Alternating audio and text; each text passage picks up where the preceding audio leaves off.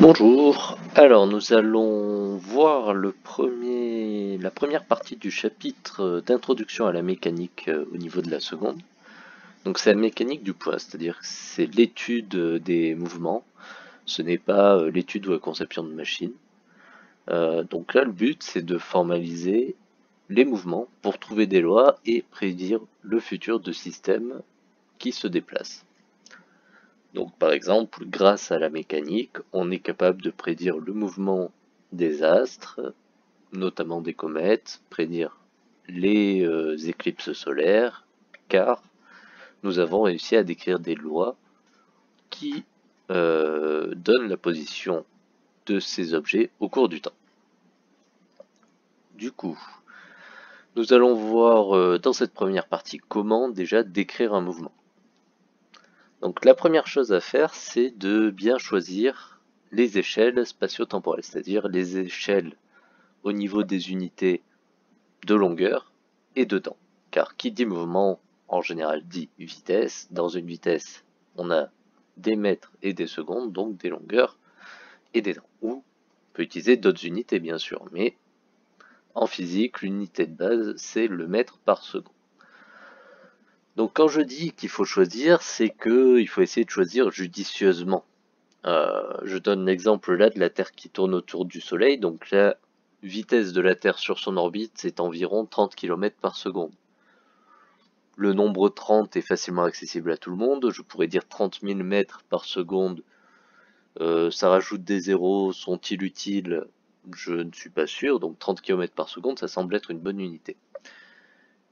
Mais je pourrais très bien utiliser, comme j'ai dit, des échelles complètement différentes. C'est-à-dire que je pourrais utiliser, plutôt que des kilomètres, des millimètres, et plutôt que des secondes, pourquoi pas des millénaires. Et donc à ce moment-là, si j'utilise ces échelles de longueur et de temps, eh bien la vitesse de la Terre, c'est 9,5 fois 10 puissance 17 mm par millénaire. Est-ce utile d'avoir un 10 puissance 17 pour décrire la vitesse de la Terre? On peut dire clairement que non. Donc là, c'est vraiment une notion sur laquelle vous devez faire appel à votre bon sens pour juger si une échelle est adaptée ou non à un problème. Donc là, nous allons voir maintenant la notion de référentiel. Alors, quand on est, entre guillemets, innocent, naïf, on a une vision du monde qu'on va dire aristotélicienne, c'est-à-dire proche de la vision qu'Aristote avait, qui interprétait le monde tel qu'il le voyait. Et rien de plus rationnel à ça.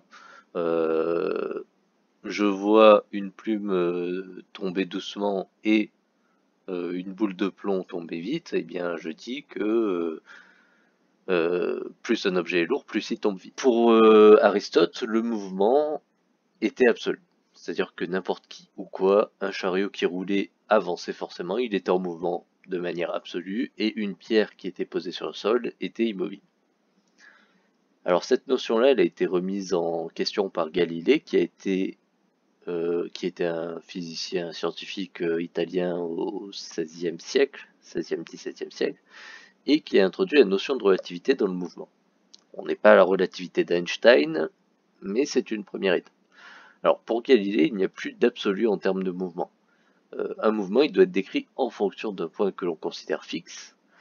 Et donc pour lui, dès qu'on se place dans un référentiel, donc qu'on choisit un point qui est fixe, et bien dans ce référentiel, les lois de la physique restent inchangées. Que l'on soit fixe ou en mouvement, tant que l'on est dans ce référentiel galiléen, donc ce référentiel que l'on considère fixe. Donc on va être, pour comprendre ce que c'est un référentiel galiléen, on va prendre un petit exemple. Vous êtes en voiture sur l'autoroute à une vitesse de 130 km/h, donc vitesse maximale autorisée sur les portions concernées. On va supposer que la route est parfaitement droite, plate, qu'elle est parfaitement laide, donc tout est lisse. Seule chose que vous entendez, c'est le bruit du moteur. Et vous êtes à l'avant de la voiture et vous lancez une balle verticalement. Donc là, raisonnablement, on peut imaginer deux cas. Si on soit on va zoomer un petit peu. Soit donc vous lancez la balle ici verticalement, donc ou à l'instant T1, au moment où vous la lancez, elle est à l'avant de la voiture. À un instant T2, une fois que la voiture a un petit peu avancé, eh bien à la verticale de là où vous l'avez lancée, donc on reste au-dessus de la roue avant, elle est montée à une certaine hauteur, et puis la voiture continue d'avancer et elle retombe dans votre main. Donc, premier cas raisonnablement imaginable. Deuxième cas, eh bien, vous lancez pour vous dans la voiture la balle verticalement, sauf que vu que la voiture avance, eh bien, la balle va se retrouver à l'arrière. Donc ça, c'est les deux cas imaginables. Alors, donc là, vous pouvez prendre une seconde pour vous dire quel est le cas qui se passe. Et je pense que pour la plupart d'entre vous, si vous avez déjà fait ce genre d'expérience ou tout simplement vous avez été dans une voiture ou dans un bus, vous avez remarqué que c'est plutôt le cas 1 qui se produit. Votre balle retombe dans votre main. Donc ça s'applique si la voiture se déplace à vitesse constante en ligne droite. Si vous êtes dans des virages, ça ne va pas être la même histoire. Donc là, ce qu'on peut voir, c'est que si la voiture avance à vitesse constante en ligne droite, bien, les lois de la vitesse, les lois de la physique s'appliquent comme sur la terre ferme, on va dire. Et donc on peut dire que la voiture, dans ce cas-là, est un référentiel galiléen. Donc ce qu'on va regarder maintenant, c'est l'importance du choix de référentiel dans la description du mouvement. Donc là, on reprend l'exemple du cas 1, donc la voiture qui avance, et on va se placer dans deux cas. Donc soit quelqu'un qui est à l'extérieur de la voiture et qui regarde le mouvement de la balle, soit s'imaginer vous à l'intérieur de la voiture. Donc pour vous qui êtes à l'intérieur de la voiture, c'est très facile, la balle elle fait un mouvement vertical. Elle monte, elle descend. Elle monte et elle retombe dans votre main. Bon, c'est un mouvement vertical.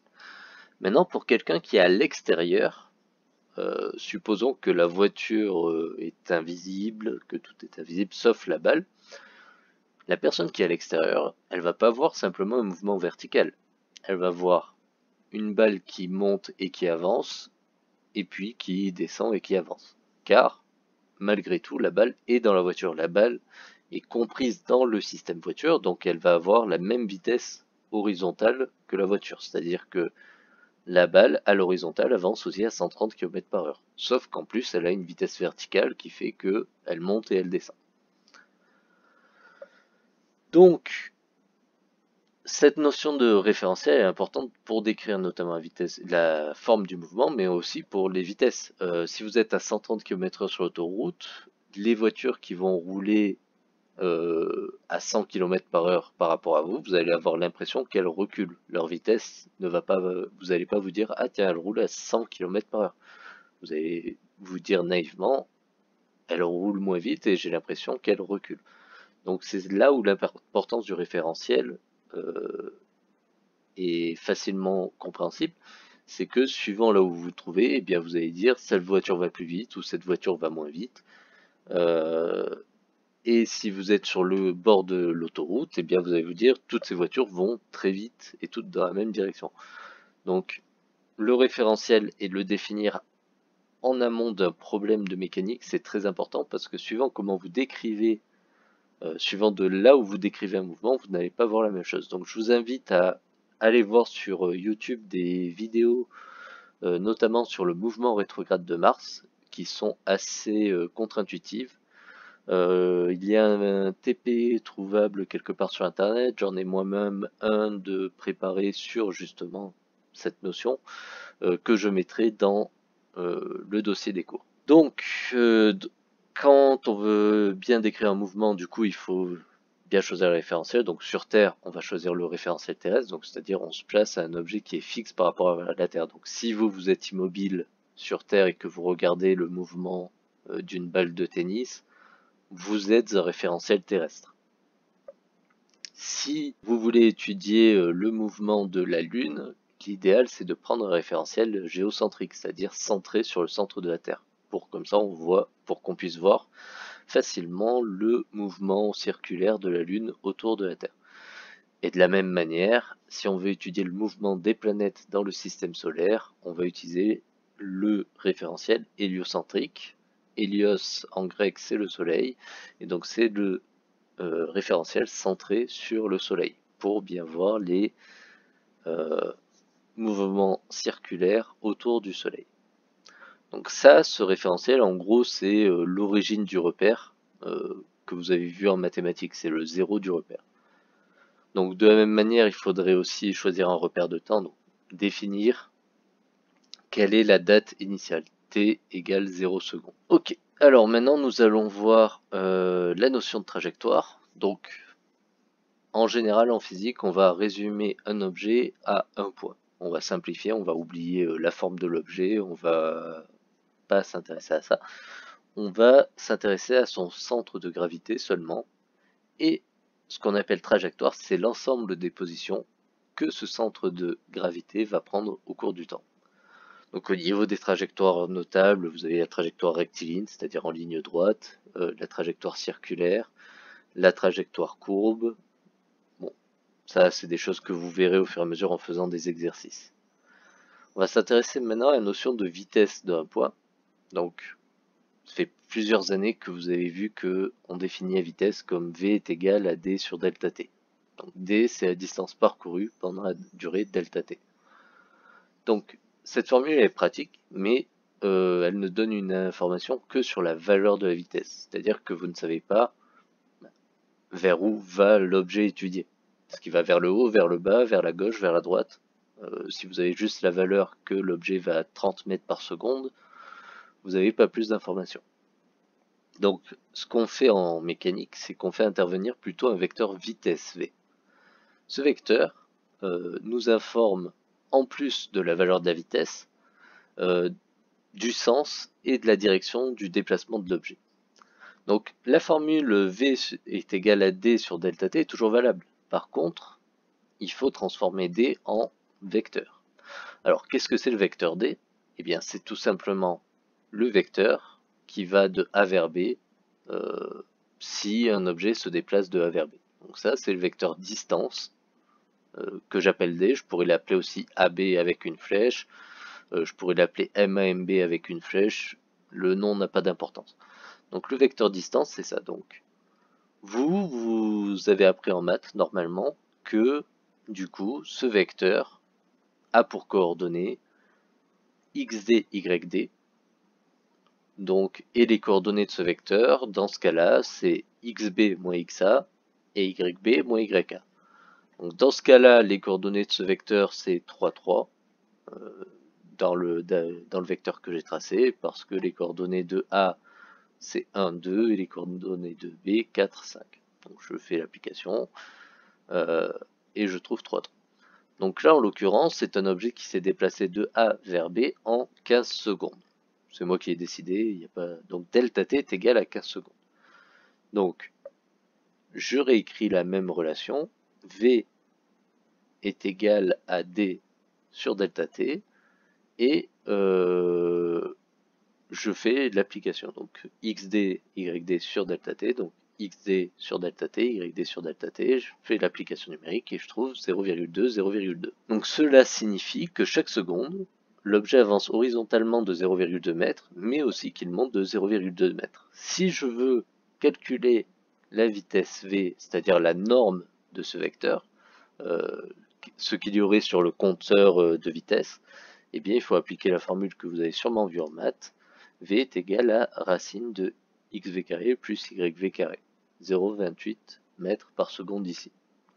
Alors cette partie-là sur le calcul à partir des vecteurs, c'est hors programme, mais pour ceux qui veulent continuer la physique, c'est assez utile de le maîtriser parce que ça va vous simplifier grandement la vie dans tout ce qui est mécanique.